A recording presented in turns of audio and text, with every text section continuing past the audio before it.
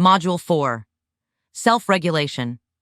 In this lesson, you will learn strategies to pause and reflect on situations before reacting, and practice techniques to reframe your thoughts. You will learn how to establish healthy personal and professional boundaries to protect time and energy and how to manage stress effectively. Improve self-regulation. Pause and reflect.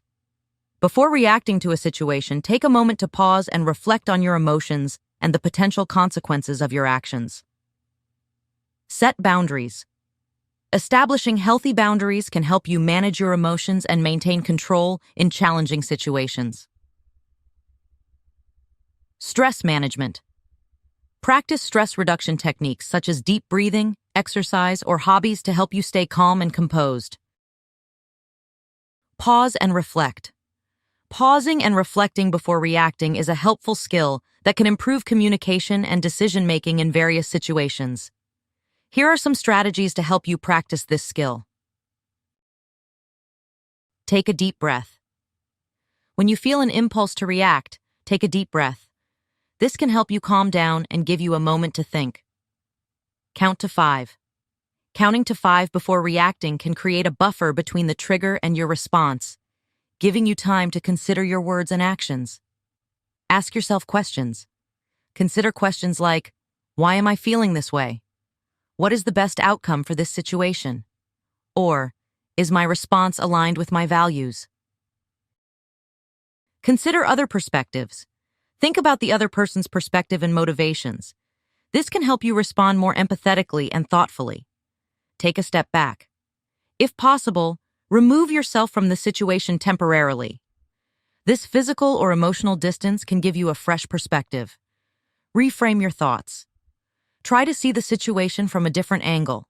This can help you respond more positively or constructively. One way to reframe your thoughts is through thought awareness, rational thinking, and positive thinking. Prepare your grid. Create a grid with 3 columns labeled thought awareness, rational thinking, and positive thinking. An example of thought awareness, rational thinking, and positive thinking grid. Pause and reflect. Choose a situation. Start by thinking about a recent situation that caused you stress or discomfort. It can be a conversation, an event, or anything that triggered negative emotions. Record your thoughts.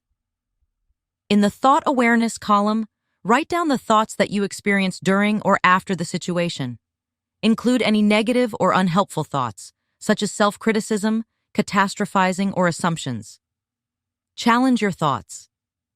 In the rational thinking column, analyze the thoughts you wrote down. Consider questions such as, are these thoughts based on facts or assumptions? Are there other possible explanations for the situation? How might someone else view the situation? Are these thoughts helpful or harmful? Write rational responses. Replace the negative thoughts with more rational, balanced responses.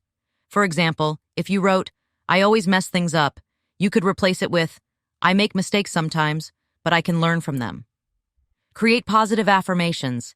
In the positive thinking column, transform the rational responses into positive affirmations or constructive thoughts. Focus on encouraging and motivating yourself. For example, I can learn from my mistakes and improve. Review and reflect. Look at the grid and reflect on how changing your thoughts can change your emotions and reactions. Notice any patterns in your thinking and identify areas where you can improve. Set boundaries. Identify your limits. Determine what your limits are in terms of work hours, workload, and communication outside of work hours. Understand what you need to perform well and maintain your well-being. Communicate clearly.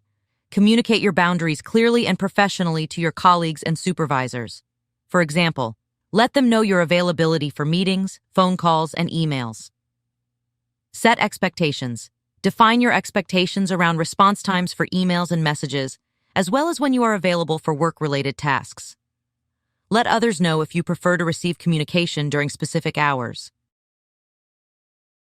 Learn to say no.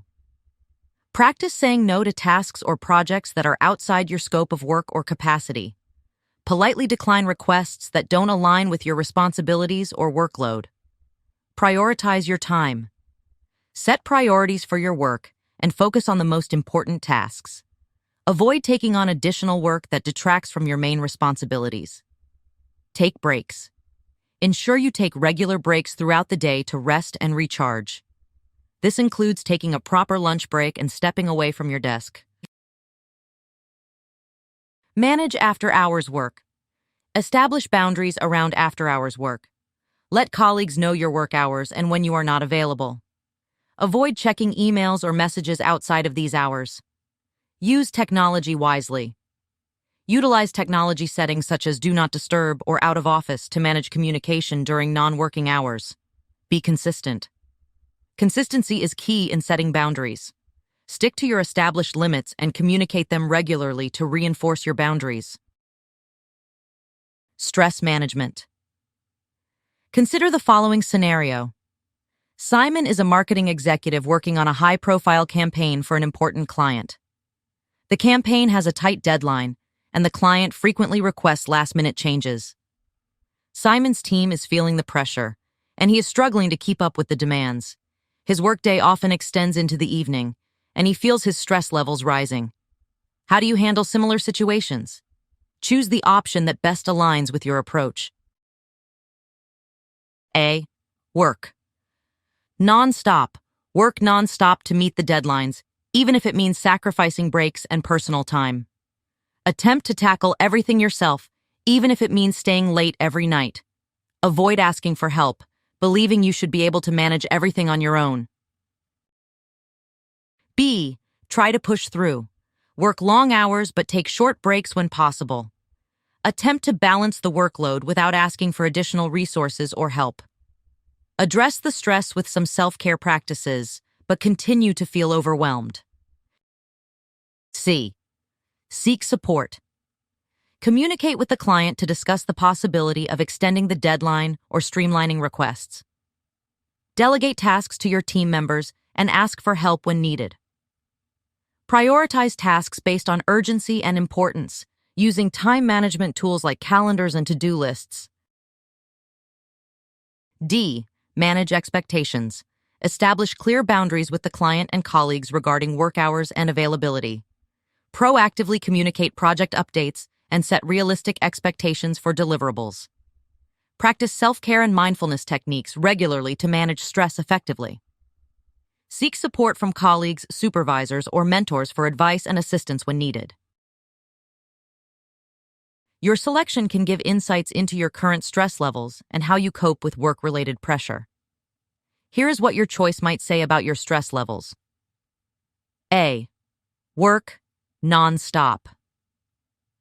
This choice suggests that you may be experiencing high levels of stress and possibly burnout.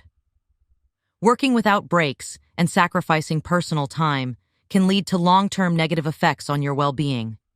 It may indicate that you feel the need to manage everything yourself and avoid asking for help, which can contribute to increasing stress levels. B. Try to push through. This choice indicates moderate stress levels.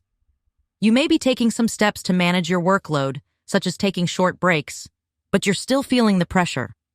While you may be trying to balance your responsibilities, the workload can still be overwhelming at times, suggesting you might benefit from additional support or adjustments. C. Seek support. Choosing this option suggests that you are taking steps to manage your stress effectively. You are willing to communicate with the client and your team about your needs and boundaries, and you seek support when necessary. This approach can help you maintain a healthier balance and reduce stress levels. D. Manage expectations. This choice implies that you are managing stress effectively. Setting clear boundaries, proactively communicating with the client and team, and seeking support when needed are signs of a healthy approach to managing stress. Practicing self-care and mindfulness further supports your well-being and keeps stress at manageable levels. How to manage stress effectively. Get enough sleep. Exercise regularly. Set boundaries and disconnect. Do not multitask. Be mindful. Quiz 4.